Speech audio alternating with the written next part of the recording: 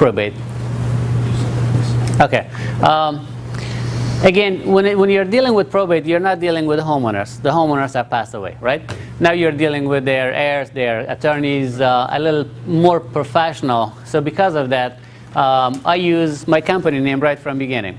Because if it's an attorney, they don't want to talk to a mom and pop shop. They want to talk to a company. They're looking at things differently. So,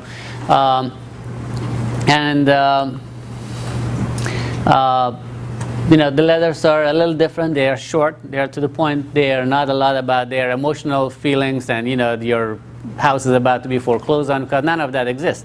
All there is a house they want to get rid of. Now, they do still have some pain of dealing with this property.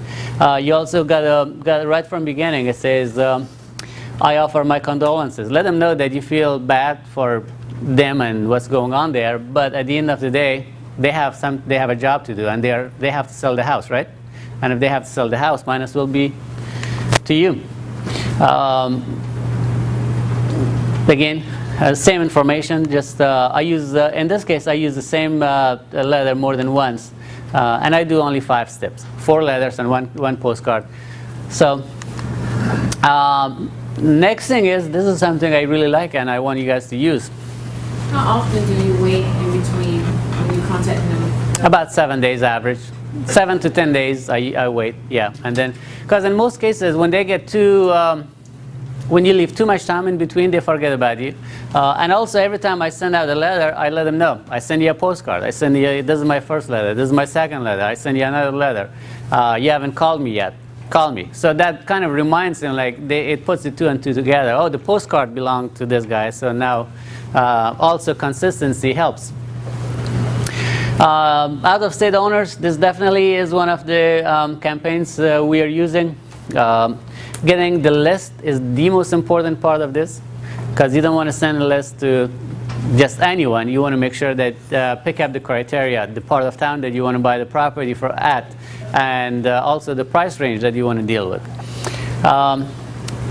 Now, in this case, we're using yellow letters, and the message is very short.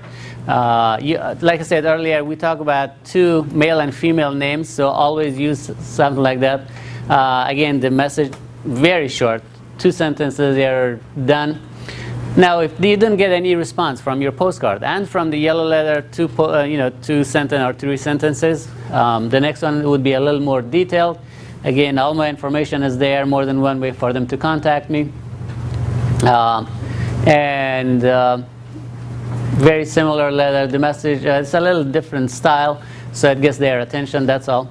For out-of-state owners, I also use 5 steps and 7 to 10 days in between each step. The next one is expired listings. Now, expired listings, what are the reasons that houses do not sell? Price point? Marketing? Condition of the house? What's the biggest reason that most houses do not sell? Well, price is definitely, we talked about that, and reasonable sellers. And if it's unreasonable seller, of course, price point come in, their house looks like, you know, junkyard, and they feel like it's clean. They don't take care of anything, and they think condition of the property is great. So if they're unreasonable, they come up with all kind of reasons why what they're asking for is a good number for their property. In most cases not, but they don't see it. So that's why I like, but there are a few that actually are told by the real estate agent that your house is worth $100,000. Oh, it's not in bad of shape, I can sell it to you. Why do agents do that? Most, get commission. The bigger commission, of course, per deal. Yes? I was going to say, do you have these running constantly, like every single type, or are these periodically? It depends on what campaigns I'm using and how many deals I want to have. So if you want to get lots of deals coming to you, run more than one campaign. If you want to run just a few, start slow, then have one campaign running, and then later on another campaign running, and so on. Because once you have more than 4 or 5 of these running at the same time, it can cost a lot of money too. Yeah, so you don't want to do too many of direct mail marketing campaigns at one time. you want to do a direct marketing campaign, you might want to spend some time on signs, some time on online advertising. So what I talk about is every time you're doing something, pick 3 things that you can do, that you should do, and then Like when you say if you purchase 100 leads, what is that list considered like old, like don't bother it anymore?